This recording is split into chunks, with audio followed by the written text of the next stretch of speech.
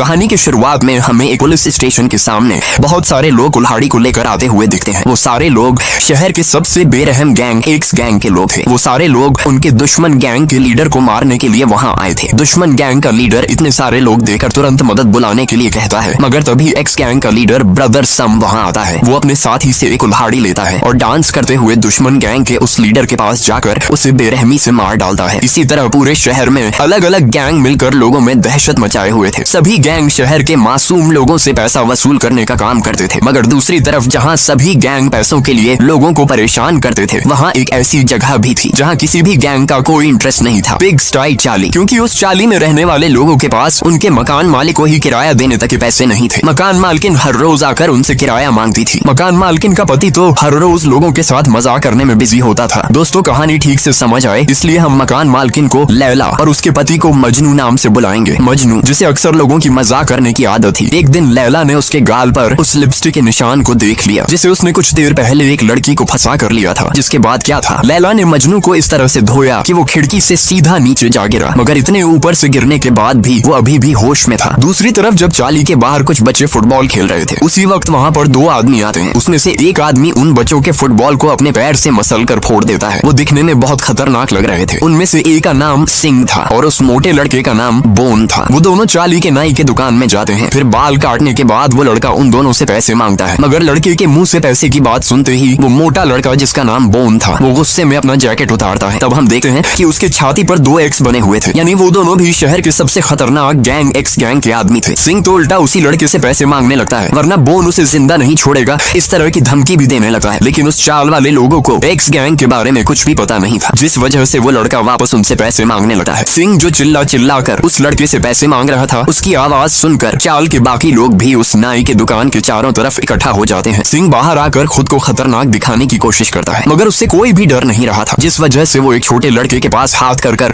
उसे लड़ने के लिए बुलाता है। उसे लग रहा था कि वो उस छोटे बच्चे को मारकर चाल के उन लोगों के सामने अपना खौफ जमा सकेगा, मगर जब वो छोटा बच्चा सामने आता है, तब उसकी बॉडी देकर ही सिंह उसे रोकर चश्मा पहने उस बूढ़े आदमी को फाइट के लिए आगे बुलाता है, मगर उसके आगे आते ही सिंह डर के मारे उसे भी रोक देता है। दूसरी तरफ वो नाई के दुकान वाला लड़का लैला को बुला कर ले आता है। लैला सिंह को देखने के बाद अपनी चप्पल निकालकर उसे मारते हुए चाल के बाहर निकालने लगती है, क्योंकि सिंह और बोन असल में एक्स गैंग के आदमी थे ही नहीं। वो दोनों तो बस गैंग का नाम लेकर वहाँ पैसे लूटने आए थे। लेकिन वो जाने से पहले एक पटाखा जलाकर उसे चाल के बाहर फेंकता है, क्योंकि जब भी मुसीबत आती थी तो एक्स गैंग के लोग भी उसी तरह पटाखा जलाकर अपने बाकी साथियों को बुलाते थे। मगर सिंह ने फेंका हुआ पटाखा बाहर से गुजर रहे एक गैंग लीडर के सर पर जा फटता है, और वो सभी असली एक्स गैंग के लोग थे। वो आदमी आकर जब उस पटाखा बाहर फेंकने वाले का नाम पूछता है, तब सिंह जानबूझकर लैला का नाम बता देता है। इतने सारे काले सूट पहने लोगों को उसके तरफ आता देख लैला समझ जाती है कि ये असली एक्स गैंग के लोग हैं, जिस वजह से वो तो भागकर अपने घर के अंदर चली जाती है। मगर वो नाई के दुकान वाला लड़का, जिसे एक्स गैंग के बारे में कुछ भी पता नहीं था, वो अभी भी उस एक्स गैंग के लीडर के सामने खड़ा होता है, और ऊपर से वो लड़का एक्स गैंग के उस लीडर से कहता है कि वो उससे नहीं डरने वाला। लड़के की वो बात सुनने के बाद एक्स गैंग का वो लीडर अपने पीछे से कुल्हाड़ी निकालता है और उस लड़के के पास जाने लगता है, मगर जब वो उसे मारने ही वाला होता है कि अगले ही पल हमें वो लीडर एक कचरे के डिब्बे में पड़ा हुआ दिखाते हैं, और किसी को भी पता नहीं था कि वो आखिर उस डिब्बे में गया कैसे। लीडर तुरंत मदद बुलाने के लिए कहता है, जिसके बाद उसका साथी पटाखे को हवा में भेजता है, जिसके बाद हमें कहानी की शुरुआत की ही तरह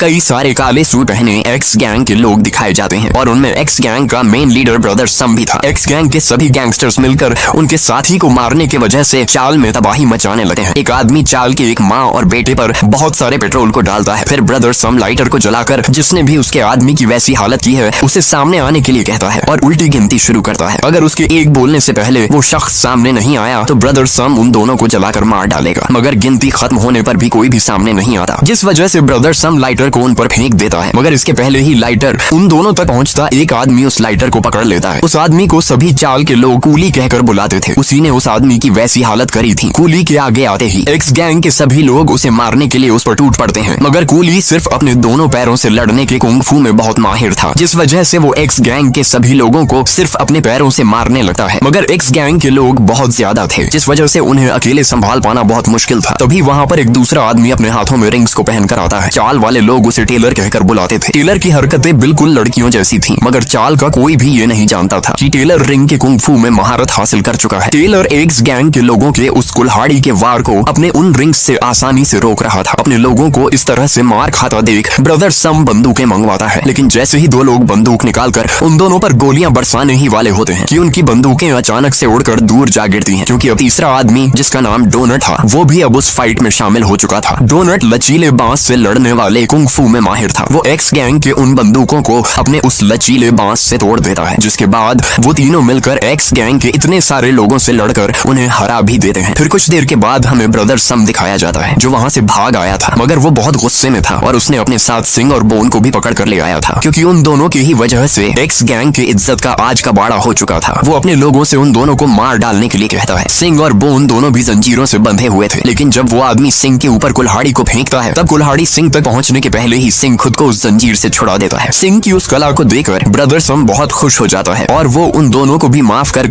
एक्स गैंग में शामिल कर लेता है, क्योंकि सिंग की वो ताला खोलने की कला उन्हें आगे चलकर बहुत काम आने वाली थी। लेकिन ब्रदर सम सिंग और बोन को उनके गैंग में शामिल होने से पहले किसी की जान लेकर आने के लिए कहता है, तब जाकर वो उनके गैंग में शामिल होने के लायक बनेंगे। फिर वहाँ से बाहर निकलने पर बोन सिंग से पूछता है कि आखिर वो किसे मारेंगे ताकि ब्रदर सम उन्हें उनके गैंग में शामिल कर दे। तब सिंग उस चाल वाली लैला और उस चाल वाले लोगों का नाम लेता है, मगर बोन तो वहाँ जाने से भी डर रहा था, क्योंकि उन लोगों को कुंग फू आता था। कुंग फू का नाम सुनते ही सिंग बोन को उसके बचपन की एक कहानी सुनाता है। जब सिंग छोटा था तब एक भिखारी ने उसे बहला फुसलाकर कुंग फू सीखने वाली ये किताब बेच दी थी, और सिंग ने भी उस किताब को अपनी सारी जमा पूंजी देकर खरीदा था। उस किताब को खरीदने के बाद वो हर रोज कुंग फू की प्रैक्टिस करता था। सिंग की उस कहानी को सुनते वक्त बोन को लगता है कि सिंग भी एक कुंग फू मास्टर है, मगर बचपन में सिंग एक बदमाश लड़कों के ग्रुप के पास गया था जो एक लड़की को परेशान कर रहे थे। उस किताब से कुंग फू सीखने की वजह से सिंग के अंदर बहुत कॉन्फिडेंस भर चुका था, लेकिन जब वो अपना उस किताब वाला कुंग फू उन लड़कों पर चलाता है, तब वो लड़के तो मिलकर सिंग को बुरी तरह से पीट देते हैं। उसी दिन से सिंग ने भलाई को छोड़कर बुरा आदमी बनने की ठान ली थी। तभी बोन को आइसक्रीम ट्रॉली दिखती है। वो दोनों भागकर जाते हैं और उस लड़की से आइसक्रीम लेकर खाने लगते हैं। हालांकि दोनों के भी पास एक फूटी कोड़ी तक नहीं थी, मगर वो आइसक्रीम वाली लड़की सिंग को अजीब तरीके से देख रही थी। सिंग को लगता है कि वो उसे पैसों के लिए ही देख रही है, जिस वजह से वो दोनों जल्दी से भागकर बिना पैसे दिए ही बस में चढ़ जाते हैं। वहाँ से वो सीधा उस चाली के पास आते हैं। वो दोनों वहाँ पर लैला को मारने के लिए आए थे। लैला नीचे ही चाल के लोगों से किराया मांगते हुए खड़ी होती है। सिंग एक चाकू निकाल कर उसे दूर से ही लैला के ऊपर मारने की कोशिश करता है, मगर वो चाकू तो ऊपर टकराकर सिंग के ही कंधे में घुस जाता है। अब सिंग बोन को कोशिश करने के लिए कहता है, मगर बोन जब चाकू फेंकने के लिए हाथ को पीछे लेता है, तब चाकू का आधा हिस्सा सिंग के अंदर घुसकर सिर्फ आधा हिस्सा ही लैला के ऊपर जा लगा है, जिस वजह से वो दोनों वहाँ से भागने की कोशिश करते हैं। मगर बोन भागने से पहले उस पिंजरे को लैला के ऊपर फेंकने की कोशिश करता है, लेकिन उस पिंजरे में बहुत सारे जहरीले सांप रखे हुए थे और वो सारे सांप सिंग के ऊपर गिर जाते हैं। वो दोनों जैसे तैसे कर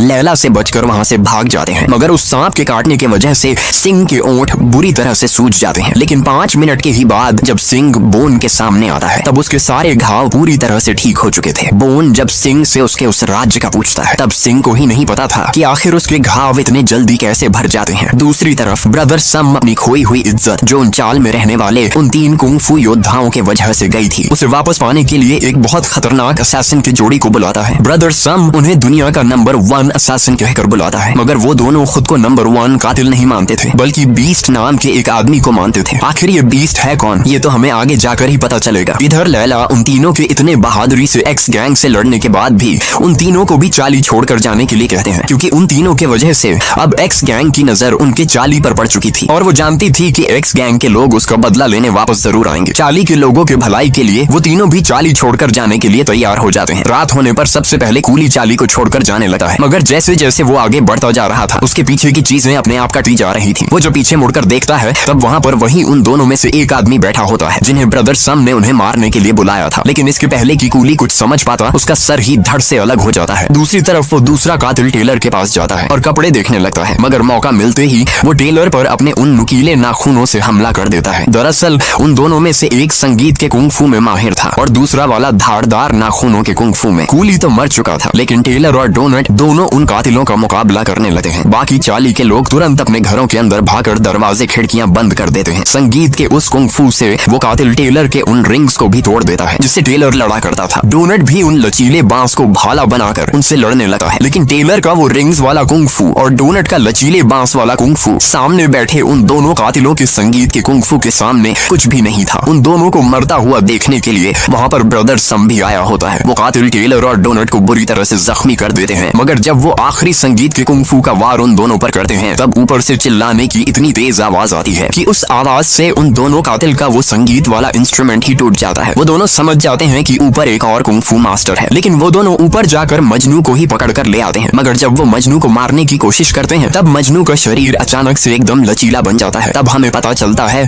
कि मजनू भी कोई आम आदमी नहीं था, उसे भी लचीले शरीर का कुंफू आता था। लेकिन वो दोनों कातिल वापस से उनके संगीत के इंस्ट्रूमेंट की तार जोड़ते हैं और मजनू पर हमला करने वाले होते हैं कि तभी वहाँ पर लैला आ जाती है। वो दोनों कातिल लैला और मजनू पर अब तक का सबसे खतरनाक संगीत के कुंफू का वार करते हैं। मगर उसी वक्त लैला एक गहरी सांस लेकर इतने जोर से चिल्लाती है कि उसके उस चिल्लाने से वो वार ही नहीं बल्कि उन दोनों कातिलों के कपड़े तक चीथड़े चीथड़े हो जाते हैं। उन दोनों कातिलों को यकीन ही नहीं आ रहा था, क्योंकि उन्होंने तो शेरनी के दहाड़ वाली कुंफू को सिर्फ कहानियों में ही सुना था। तभी हमें एक और राज पता चलता है कि लैला भी शेरनी की दहाड़ वाली कुंफू को जानती थी। अपने कातिलों को इस तरह से हारता देख ब्रदर सम अपने लोगों को लेकर वापस से वहाँ से भाग जाता है, लेकिन उन दोनों कातिलों ने कूली और टेलर को जान से मार दिया था और डोनट भी अपनी आखिरी सांसें ले रहा था। डोनट मरने से पहले लैला और मजनू से एक वादा लेता है कि वो दोनों पूरी चाली के लोगों की हिफाजत करेंगे, क्योंकि एक्स गैंग के लोग इतने जल्दी हार नहीं मानने वाले थे। वो लोग वापस किसी नए कातिल को लेकर जरूर आएंगे। ये बात डोनट जानता था। लैला और मजनू डोनट को एक कहानी सुनाते हैं कि उन्होंने कुछ साल पहले इसी कुंफू के वजह से अपने इकलौते बच्चे की जान खो दी थी। उसी दिन से उन दोनों आज से कभी कुंफू ना करने का वादा किया था, मगर आज उन्हें मजबूरी के वजह से उनका वो वादा तोड़ना पड़ा। डोनट जो उन तीनों में से जिंदा बचा था वो भी मर जाता है। दूसरी तरफ सिंह और बोन अभी भी किसी ऐसे को ढूंढ रहे थे जिसे मारकर वो एक्स गैंग में शामिल हो सके। तभी सिंह को वापस वही आइसक्रीम वाली लड़की दिखती है। वो इस बार गुस्से में उस लड़की के पास जाता है और उसे पकड़कर चाकू दिखाकर डराने लगता है, मगर उस लड़की की आंखों में डर नहीं था बल्कि आंसू थे, मानो वो सिंह से कुछ कहना चाहती हो। तभी बोन को उस लड़की का पैसों का बक्सा मिलता है, जिसके बाद सिंह उस लड़की को वहीं छोड़कर उन पैसों को लूट कर वहाँ जाने लगता है। मगर जब जाने से पहले सिंह वापस उस लड़की को देखता है तब वो लड़की इशारों में सिंह को कुछ कहने की कोशिश करने लगती है। तभी हमें पता चलता है कि वो लड़की बोल नहीं सकी। सिंह को वो लड़की जो भी कहना चाहती है वो कुछ भी समझ नहीं आ रहा था, लेकिन तभी वो लड़की उस बॉक्स में रखे उस कैंडी को दिखाती है, जिसे देखने के बाद सिंह को वापस उसके बचपन की याद आती है, क्योंकि वो लड़की असल में वही लड़की थी जिसके लिए सिंह ने उन बड़े लड़कों से लड़ने की कोशिश करी थी, मगर उन लड़कों ने उसे पूरी तरह से पीटा था। वो लड़की सिंह को वही कैंडी देने की कोशिश करती है, मगर उस दिन से सिंह ने बुरा आदमी बनने की ठान ली थी, जिस वजह से इसके पहले कि उसकी अच्छाई वापस से जाग उठे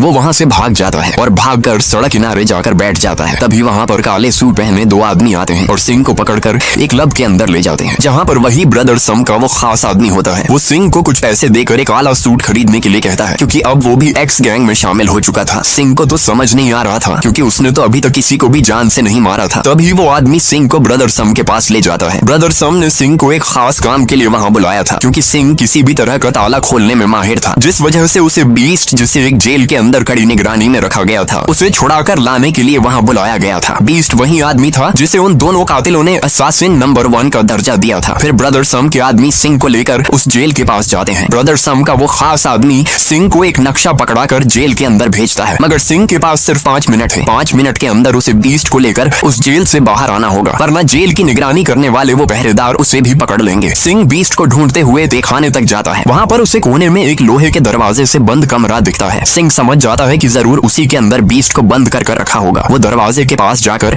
अपने हुनर से लॉक को खोलने लगता है। वो जल्दी ही दरवाजे का लॉक भी खोल देता है, मगर जब वो उस लोहे के दरवाजे को खोलता है तब अंदर चश्मा पहने एक बूढ़ा आदमी टॉयलेट करते हुए अखबार पढ़ रहा था, जिसे देखने के बाद सिंह भी सोच में पड़ जाता है, मगर वो उसे लेकर ब्रदर सम के पास चला आता है। दुनिया के कातिल नंबर 1 के जगह पर उस दुबले पतले बूढ़े आदमी को देखने के बाद ब्रदर सम सिंह को पास बुलाता है और उसे कौन से एंगल से वो दुनिया का कातिल नंबर 1 लगता है कर पूछता है। ब्रदर सम का वो खास आदमी उस बूढ़े आदमी से खुद को साबित करने के लिए कहता है। तब वो नीचे बैठा बूढ़ा आदमी उनके एक गैंगस्टर की बंदूक को छीनकर अपने ही ऊपर तान देता है, लेकिन जब वो ट्रिगर को दबाता है तब गोली उसके सर के आर पार होने से पहले ही वो अपने सिर्फ 2 उंगलियों से गोली को पकड़ लेता है। उसे देखने के बाद ब्रदर सम भी समझ जाता है कि वही दुनिया का कातिल नंबर 1 बीस्ट है, लेकिन अपने आप को साबित करने के बाद बीस्ट पास के दीवार के पास जाता है और अपना बायां पैर जमीन पर पटकर वो दीवार ही तोड़ देता है, क्योंकि लैला और मजनू तो पहले से ही वहाँ मौजूद थे और बीस्ट भी पहले से ही उन दोनों को जानता था। लैला और मजनू को भी पता था कि वो दुनिया का कातिल नंबर 1 बीस्ट है। कुछ देर पहले जब ब्रदर सम के उस खास आदमी ने बीस्ट को लैला और मजनू को मारने के बदले में पैसे देने चाहे थे, तो बीस्ट ने उसे मना कर दिया था, क्योंकि बीस्ट ने अब तक कई सारे कुंफू मास्टर्स को मार डाला था, सिर्फ इस तलाश में कि कोई तो उससे लड़कर उसको हरा सके, मगर आज तक उसे कोई भी उसके टक्कर के लायक नहीं मिला था, जिस वजह से वो लैला और मजनू को मारने के बदले में पैसे भी नहीं ले रहा था। इधर अब बीस्ट और लैला मजनू के बीच फाइट फाइट शुरू हो जाती है। लैला और मजनू दोनों मिलकर बीस्ट के ऊपर हमला कर रहे थे, मगर बीस्ट कुछ ज्यादा ही ताकतवर था। उन दोनों के हमले का कोई भी असर बीस्ट पर नहीं हो रहा था। लैला अपनी शेरनी की दहाड़ बीस्ट पर छोड़ती है, मगर बीस्ट इतने तेज आवाज के बाद भी अभी भी खड़ा था। लैला और मजनू पूरी तैयारी से वहाँ आए थे। वो अपने साथ उस मौत के घंटे को भी लाए थे। मजनू उस मौत के घंटे को अपने कंधे पर उठाता है और लैला उसके एक साइड से अपनी शेरनी के दहाड़ वाली कुंग-फू को करने वाली होती है। मौत के घंटे को देखने के बाद बीस्ट के चेहरे पर भी डर साफ साफ दिखने लगता है। लैला बहुत गहरी सांस लेती है और अब तक की सबसे तेज शेरनी की दहाड़ को निकालती है। उस दहाड़ से बीस्ट जो पहली बार आसानी से खड़ा हुआ था, उसके साथ साथ कमरे की बाकी चीजें भी उड़कर दूर जा गिरती हैं। वो दहाड़ इतनी ताकतवर थी कि दुनिया का नंबर 1 कातिल भी अपने घुटने के बल आकर हार मान लेता है। मगर वो तो बीस्ट की एक चाल थी। वो धोखे से उन दोनों के पेट में उस नुकीले फूल को घुसा देता है। मगर लैला और मजनू भी मिलकर बीस्ट को इस तरह से पकड़ते हैं कि अब वो तीनों भी अपने जगह से हिल नहीं पा रहे थे। उस बात का फायदा उठाकर ब्रदर सम सिंह को बुलाकर उससे लैला और मजनू को मारने के लिए कहता है, मगर सिंह तो उन दोनों के बजाय बीस्ट के ही सर पर मारता है, जिससे बीस्ट गुस्से में पहले तो लैला और मजनू को दूर उड़ा फेंकता है। फिर वो सिंह के पास जाकर उसके सर को जमीन के अंदर घुसाकर सिंह को मार डालता है। लेकिन जब वो वापस लैला और मजनू को देखने जाता है तब वहाँ पर वो दोनों भी नहीं थे, और जब वो नीचे देखता है तब सिंह भी वहाँ पर नहीं था। लैला और मजनू के भागने की वजह से ब्रदर सम गुस्से में बीस्ट को भला बुरा सुनाने लगा है। बीस्ट जो पहले ही लैला और मजनू के जिंदा भाग जाने की वजह से गुस्से में था, वो ब्रदर सम की वो बातें सुनकर गुस्से में ब्रदर सम को इस तरह से मुका मारता है कि ब्रदर सम का मुंह 360 डिग्री घूम जाता है, जिस वजह से ब्रदर सम भी मर जाता है। दूसरी तरफ लैला और मजनू सिंह को लेकर चाली में आ जाते हैं। बीस्ट ने सिंह को इतने बुरी तरह से मारा था जिस वजह से सिंह की हड्डियां टूट चुकी थीं